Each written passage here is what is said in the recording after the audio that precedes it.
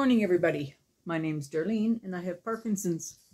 I thought I would decorate my area with my pride plant over here. I don't have anything up for decorations just a second because we're switching from one side of the room to the other.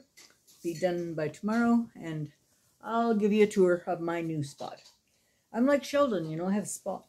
He had a spot in his house, and I have a spot in mine, and I don't know, I just don't like it when my spot gets messed up. So I'm going to finish it up tomorrow. Claudia's going to help me put pictures up. And she did the rest of the room. And it looks really, really good. The way she's changed it has really made an improvement. And then we're going to, over in the dining room area, when my brother's here, we're going to bring a cot in. And we'll give him a little bit of seclusion there. I don't know if we'll find a room divider or borrow one from somebody. A room divider to give him some privacy. But that will give him that area.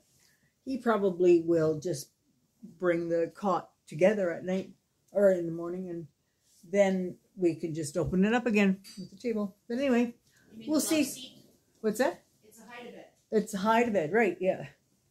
Well, the love seat is a hide-a-bed if we turn it around, but yeah, but I don't know. I think he'll have the cot, and then we can still sit on the hide-a-bed, like sit it on the love seat. Okay. We'll see. We'll decide that.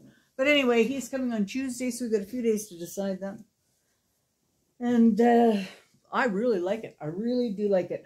So we divided the mat up a little bit so that we have an area rug in the dining room area and an area rug in the living room. I think it looks really good. And we're talking about maybe putting the runner in the kitchen, but we're not sure. We haven't decided. Anyway, that's what's going on there, and I'll show it to you tomorrow.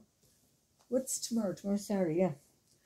Tomorrow's Saturday, and then on Sunday I'll be making biscuits to show for my Make It Monday reboot, and I'm hoping to do a better job than I did this last time. Anyway, I think that it's going to be really good when it's all finished here. I am really liking it. Every time we switch it around, I like it better. And I'm one of those people that changes it a lot, but when I get what I like, I stay there usually, unless there's a real reason for changing. Now this time we had a real reason for changing. The air conditioner, I had too many things plugged in on the same plug as the air conditioner.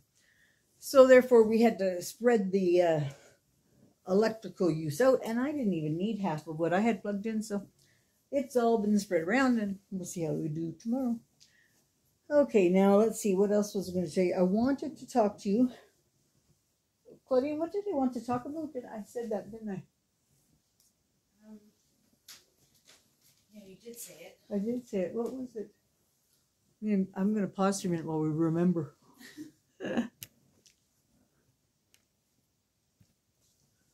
How could I not remember?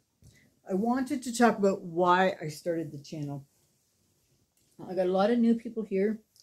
They can go back and watch the beginning videos and whatnot. And there's a playlist that has some videos on it.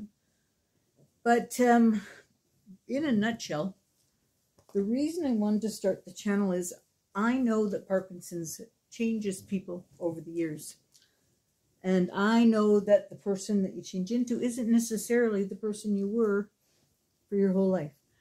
And I wanted my kids to remember me the way I am, the way I was.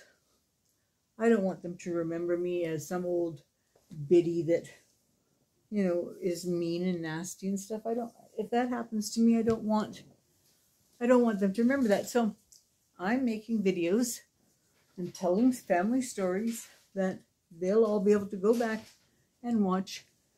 Maybe they just want to hear my voice. They can hear my voice. Maybe they're wanting to look up a recipe, and it's one of the ones that we've put on the channel. She can watch, or they can watch and see what I'm doing. I think it's important that they know the family history. I think it's important that we allow our stories to go on generation to generation.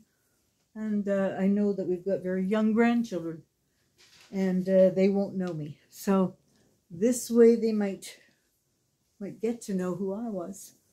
And I know Ivy, she will remember me because she has seen me a lot, and she's an adult now. And but I don't think that Aurora or Finn will have much recollection.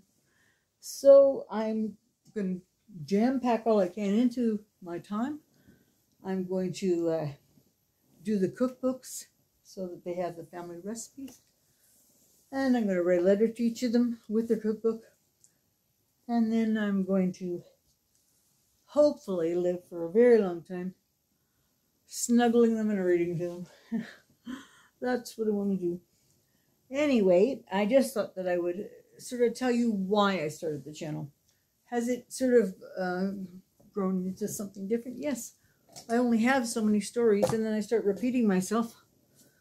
Mind you, some of my stories are pretty darn funny.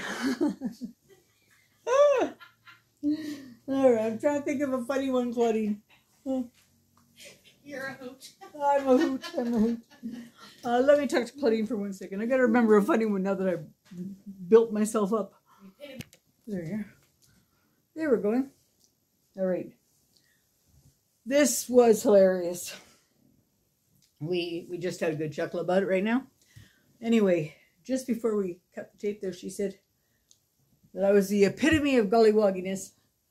Now, I tend to make up words all the time, and that was one of the things that we said when we get up in the morning and our hair is all crazy. You're the epitome of gollywogginess. Well, you always used to say you look like a gollywog. Yeah, you look. The one day you took it to the next level. Yeah, I always said you look like a gollywog, and then that one day I said you're the epitome of gollywogginess. Anyway, that's not the story. The story is we went swimming at the swimming pool, and it was Claudine and I, and we knew we were going to be coming out at the end of the night, so we took our pajamas with us, and thought after we changed, we'd just change into our pajamas. We go. It's very cold in Quesnel. We came out of the pool, and of course they locked the doors behind you because, you know, this is the end of the night. And we went to our car, and our car had the keys in the car. And we were standing outside in the cold, in our pajamas with our coats on, getting colder and colder, and the pool was closed. And this was pre-cell phone days.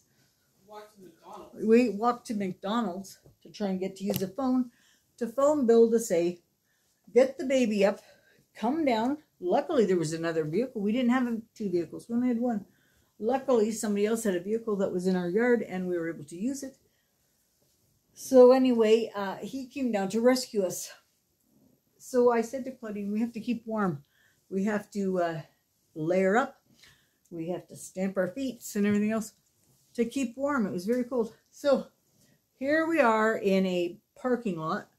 Our car is parked there, and there's no footprints or anything in the snow around us. We had clear snow, and we decided to tramp out a great big heart saying, "We love you, Dad," while we were wearing our underwear on our heads. We had underwear, we had mitts, we had, you name it, it went on us, and underwear was the top layer. So we laugh now when we think about the underwear on our head. We layered up our other clothes, We, and socks on our hands.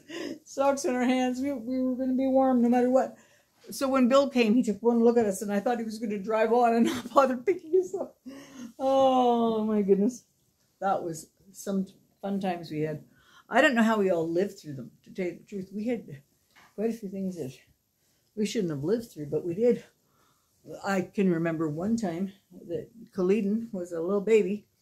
He was in his car seat, perfectly good in his car seat, and we back facing, and then we unbuckled him and turned him to the side while we were going to get the stroller to bring him to put the stroller. And that whole car seat tipped straight over. I went onto the cement, and I thought, oh no, I was afraid to lift it up. But you know, he was fine. But I was afraid to, I shouldn't say he's fine. He wasn't fine. But he was not as seriously injured as I thought, because I thought his face was going to be all smucked in by the cement. But anyway, we took him up to the hospital, and they did an x-ray. They said his head was like an inside of a teacup with all little crack lines on it, but no breaks. So they had to helmet him, and he had to wear a helmet for a while. I don't know how. I don't know how our kids lived. I really don't. Anyway, luckily they did. And they produced grandchildren. And that's the joy of my life. Anyway, I'm going to stop here because I do need to get to bed and it's late. So I'll chat with you all tomorrow. Okay, bye-bye.